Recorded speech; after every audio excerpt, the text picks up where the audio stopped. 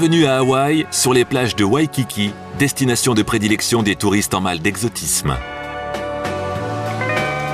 Ici, collier de fleurs autour du cou et cocktail de fruits exotiques à la main, on se prélasse sur le sable fin en contemplant la vague de Queens Beach, la plus langoureuse de l'île. C'est le Duke Kahanamoku qui rendit cette plage célèbre. Champion olympique de natation de 1912 à 1922, il remit au goût du jour une pratique ancestrale hawaïenne, le surf. Mais derrière cette image de carte postale, la réalité est tout autre.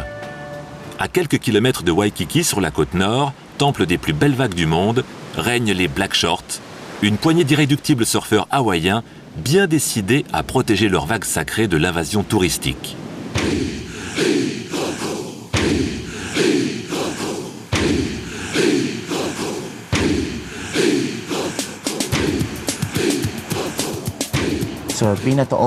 Vous savez, l'océan nous a tellement donné et nous lui en sommes tellement reconnaissants que le minimum pour nous, c'est bien de lui rendre l'appareil en le protégeant.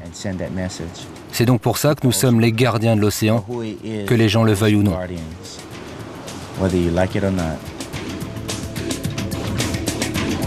Derrière le message, une mise en garde à peine voilée.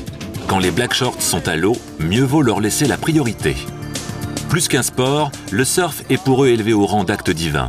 En témoigne cet endroit, le Reakuraku, le lieu le plus sacré de la côte nord. C'est ici que l'on célébrait les dieux du surf. Au milieu de ces pierres de lave, règne encore pour les Black Shorts l'esprit des ancêtres. Ce que je viens de faire, c'est demander la permission de pénétrer dans ce lieu sacré. Ce n'est qu'à cette condition que nous pourrons entrer, car cet endroit est à vous. Il n'y a qu'à Hawaï et nulle part ailleurs qu'on a pu pour la première fois observer le surf debout. Comment le sait-on? C'est parce qu'on a retrouvé une multitude de vestiges de planches en bois. C'est le seul endroit au monde. Les origines du surf remontent à la nuit des temps, on en retrouve des traces au plus profond des grottes de l'île. C'était une pratique sacrée que l'expédition du capitaine Cook révéla aux yeux du monde en 1772. Le surf, c'est notre manière de vivre, c'est notre culture, c'est dans notre sang. Malheureusement, c'est devenu un problème, et ça empire chaque année. Moi, j'ai surfé toute ma vie. J'ai 55 ans maintenant, et je surfe depuis 50 ans.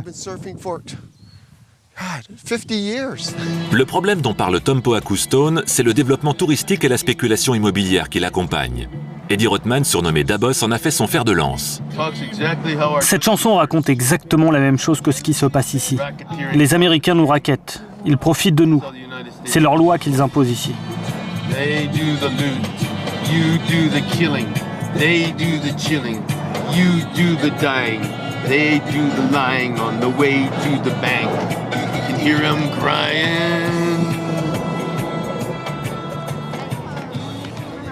Ce jour-là, les Black Shorts, emmenés par Eddie, organisent une manifestation de protestation contre l'expansion d'un projet immobilier sur la partie nord de l'île qui pourrait défigurer leur plage. Régulièrement, des actions comme celle-ci sont menées. Elles sont généralement pacifiques, mais pas toujours.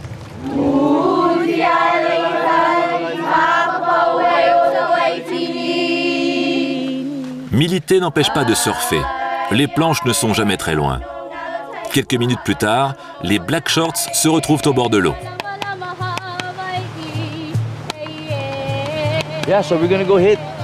Maintenant, moi, je vais surfer sur Backyard. Il y a pas mal de vagues, mais pour l'instant, ce dont j'ai vraiment besoin, c'est un leash pour relier ma planche à ma cheville. J'ai pas envie de trop nager. Regardez ça, regardez cette vague. Elle est parfaite. L'autre combat de ces surfeurs, parmi les meilleurs du monde, c'est la course à l'argent. La mainmise des sponsors qui rabaisse la discipline divine au rang de simple activité sportive. Autrefois, on surfait beaucoup plus librement. Il n'y avait pas toute cette compétition qu'il y a maintenant pour prendre une vague. Ça devient très pesant. Il y a des gens qui sont complètement fous. Et si on ne respecte pas certaines règles de conduite sur l'océan, eh bien on peut se blesser très grièvement.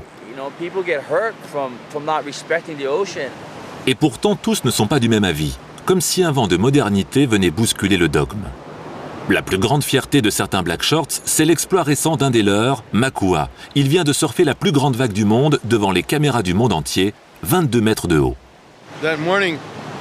Je me souviens, ce matin-là, je suis passé à Sunset Beach vers 7 h du matin. Et j'ai vu une vague qui a traversé la route. Waouh! Je n'avais pas vu ça depuis très longtemps.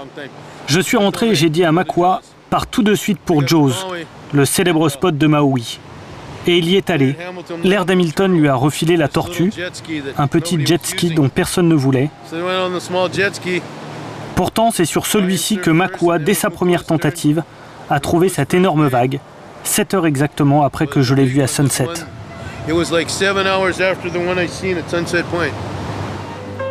Un exploit sans précédent qui lui permit d'empocher un prix de 66 000 $, près de 50 000 €. De quoi remettre en cause une philosophie consacrée uniquement au plaisir de prendre des vagues.